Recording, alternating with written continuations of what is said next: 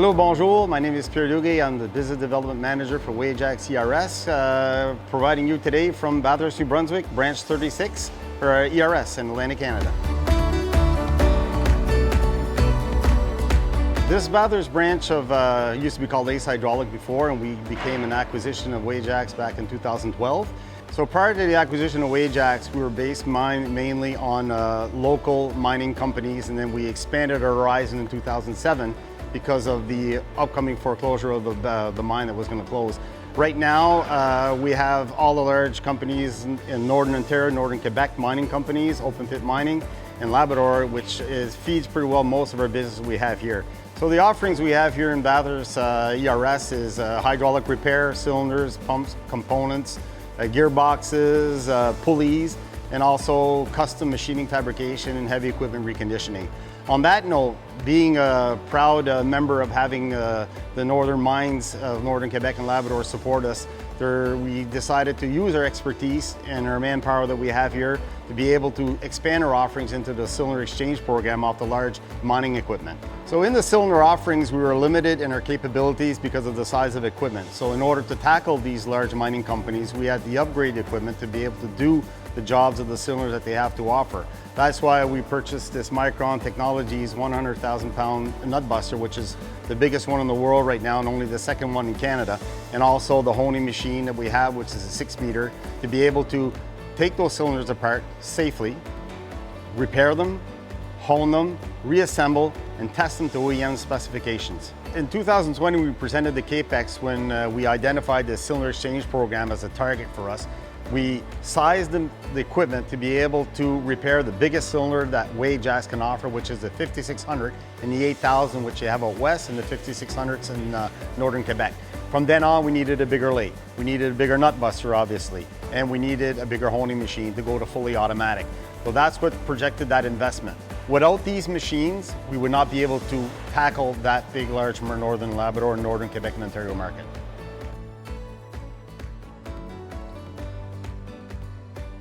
Okay, so now coincidentally we have one of the large cylinders that came in from one of our customers up in Northern Quebec, ArcelorMittal. It's a bucket cylinder, so we're going to be going through the process, bringing it in the shop, putting on the Micron Technologies test bench, and then proceeding through the honing and back on the bench.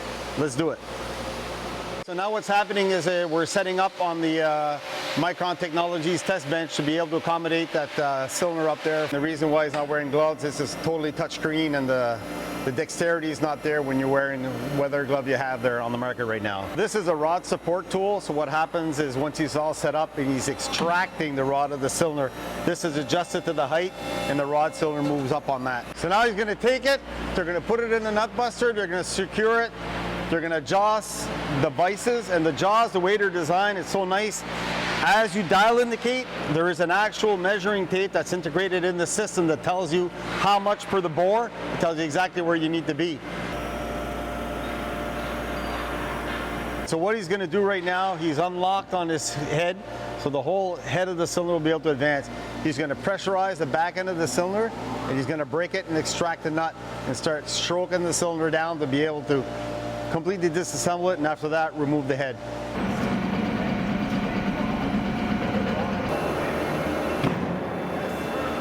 As the cylinder comes out, the waste oil that's inside the cylinder will drain through the main tank here and come out. So now that the cylinder is out, shaft, we will be able to do a complete assessment and do a damage report to the customer. Like here, just offhand, we know that it needs a new shaft. But putting it on our honing machine over a Sunnin, we'll be able to feel any bumps in it and decipher exactly what the damage is to it. Now he's going to pivot the nut breaker, which is going to come across here. He's going to pivot, he's going to set his attachment, which is a spanner wrench system, and he's going to adjust his head to make it directly in line with the nut buster. He's just going to spin it off. No problem at all. This machine is special because it offers continuous monitoring, which means the oil is continually monitored while testing. So the customer has a digital report coming back that says the cleanliness of his oil. We can actually load test a cylinder in different variances versus just going to the bottom and the front of the cylinder, which means we can expand thoroughly. We have laser guided stem deviation, which means as the cylinder is extended during the test, there's a laser on the guide and we can see if there's any swerve in the shaft, which is so critical because even though a standard test bench will be able to test it, stem deviation will not be measured. This machine here has stem deviation. And that's one of the greatest assets for the customers. They know if their stems and everything, their barrels are straight, they know if their cylinders are clean, and they know if the nuts, everything is torqued to OEM specifications. So once the cylinder is off the machine and it's going to have the full diagnosis and repair, customer proven repair, we're going to reassemble it on the machine, put the piston together using the big rock breaker, but we're going to use it to torque in this sense, and then we're going to assemble into the barrel. So once the test passes, we get a full digital report that indicates all this to the customer. Available directly on the cylinder with a QR code that the customer will have handy anytime he wants to check the status on what was done to his cylinder. Once the cylinder is complete, tested, removed, what we do is we assemble it on skids, on metal skids, which we shrink wrap, and then after that, we ship it to the customer. Now the shrink wrap and the metal protects the cylinder from the elements, from the transport, to being outside in the Arctic area or Northern Labrador in Quebec, where the environment is really, really harsh, and it prolongs the life of the cylinder. The cylinders change program comes from because as approaching clients, we were asking if to test us out with our new equipment that we had coming up. First thing they would say, we don't have stock cylinders. And the very few that we have, we don't give them away. So we had decided that in that exchange, if we want to be in this business, we got to compete with the Caterpillars, with the Tormonts and the other ones, not just for Hitachi, but also for their own brands, by purchasing cores, rebuilding, creating an inventory so that the customer's requirements, when they send us a cylinder, literally the same day, either at the company website or the closest Wajax branch up in the north or here in Bathurst, we can give them the same cylinder while their cylinder comes in for repairs.